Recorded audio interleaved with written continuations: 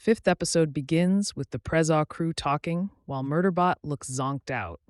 We learn they must remove the wires from the override device implanted by the Black Sec unit, which are still protruding from our titular bot.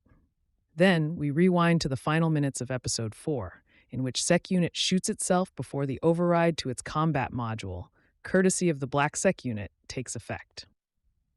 Naturally, Mensa, Pinley, Rathi, and Arata go into panic mode. They decide to take Sec unit back to the PresAux habitat for Garathan to examine. Mensa asks Arata to keep an eye out for any other hostiles. One woman, Libibi, calls out to the group from afar. Her reflexes kicking in, Arata fires at her. Thankfully, she stops before she truly harms Libibi. We fast forward to the PresAux habitat, wherein Murderbot tells us that once it wakes up, it shall instantly kill the humans because of the tendrils left from the combat module override. Bardwaj offers to extract said tendrils. Then we're back on the hopper, with Rathi at the helm. We learn Libibi is the only survivor of the DeltFall massacre. Arata asks her questions to ensure she doesn't go into shock. Libibi tells Arata that she's from Industrial Junction, Corporation Rim. Mensa asks Libibi if she has any idea as to whose Sec unit attacked DeltFall. Libibi finds it intriguing that Murderbot shot itself to save the group. She remarks that it's quite handsome for a sentient construct. Next, we zero in on Rathi and Pinley. Rathi asks about having children. Have Pinley and Arata broached the subject? There's something about a massacre and a near-death experience that makes one think about the future. Pinley admits they haven't thought about kids. Back in the present, Bardwaj removes the wires from the override device. Libibi is naturally triggered by seeing Sec unit. She learns our group hails from the Preservation Alliance and remarks that her DeltFall bosses referred to them as amateurs. Murderbot dryly states that only amateurs would risk their lives to save a rogue Sec unit. It sees more footage of it attacking and killing humans in its past. After Bardwaj finishes pulling out the wires, she declares that it's time to reboot Sec unit's system. She asks Garathan to plug into its system to check for any bad codes. Unfortunately for Murderbot, Garathan's search yields results. He learns that our bot has hacked its governor module and gone rogue. Later, Murderbot wakes up to all our PresAux crew's smiling faces. It's grateful that it's out of medbay and it didn't kill all its human clients. Garathan informs the group that Sec unit is immobilized from the neck down thanks to hub system. Then, Garathan informs the group about Murderbot's rogue state and that it hacked its governor module prior to working for the PresAux crew. Libibi starts panicking. She insists Sec unit is undoubtedly plotting its next move. Murderbot admits it was sort of.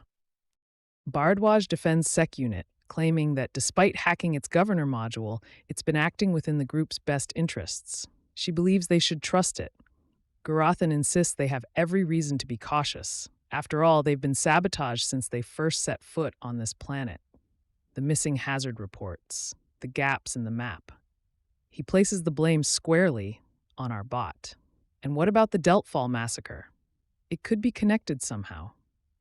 Rathi and Arata counter Garathan, defending Sec unit. It told them to kill it after the Black Sec unit overrode its combat module. Why would it do that if it wanted to hurt them? Seki is good. Bardwaj adds that if the company wanted to use Sec unit to kill them, they'd be dead by now. Murderbot finally speaks up, contributing its 2 cents. It reveals that the company would poison their supplies using the recycling system. However, the company has a financial interest in keeping the PresAux crew alive. Then, the conversation pivots to how Sec unit spends its time, downloading thousands of hours of TV shows. Garathan assumes it's using the downloads to send encoded messages to the company. Rathi references a deep cut of a Sanctuary Moon episode, which Murderbot instantly comments on. It's watched every episode. After this, Murderbot proves it's not truly immobilized as Garathan planned. It hacked hub system to override it. Sec unit begins choking Garathan, pinning him to the wall. The others urge Sec unit to let him go.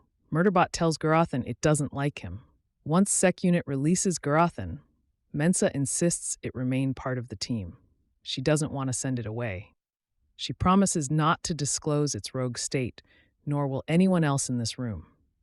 Mensa makes Sec Unit promise it shall protect Garothan as much as it does the others. Sec Unit begrudgingly vows to honor her wish.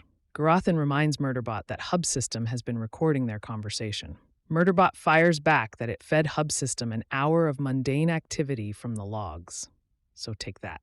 Then, Sec Unit informs Mensa that Hub System may have been compromised by an outside agent. Do not trust it. Sec Unit also advises that they trigger the emergency beacon. Mensa agrees. Later, Sec Unit finds Libibi staring at it, just like actors do in its favorite shows. Libibi reveals that she doesn't know if DeltFall launched their own beacon. She worked in maintenance and cleaning as part of her 7-year indenture to Intertrav Mining Solutions. Garothan remarks that he can't reach the emergency beacon. Neither can Murderbot. That can't be good. Libibi asks how the beacon works and how long it'll take the company to get here. Rathi reveals that it shall take them 5 days. Libibi wonders what will happen if whoever orchestrated the DeltFall massacre finds out they're here.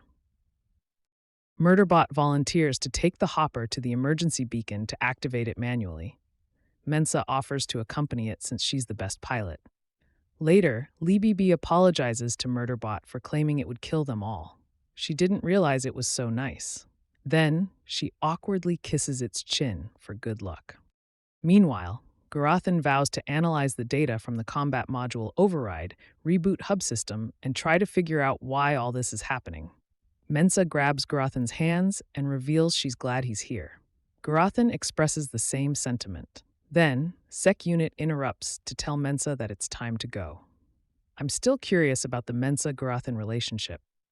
Later, Libibi asks Garothan if she can assist him. I highly doubt it, he replies. Elsewhere, in the hopper, Mensa tells Murderbot all about her kids. The conversation pivots to how DeltFall fell prey to rogue Sec Units.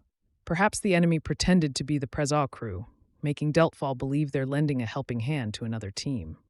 Sec Unit observes that Mensa would have let an imposter like that in, no questions asked. It's the human way. Murderbot thinks to itself that it's strange to have an exchange like this without receiving orders. Then, our duo sees the emergency beacon ahead.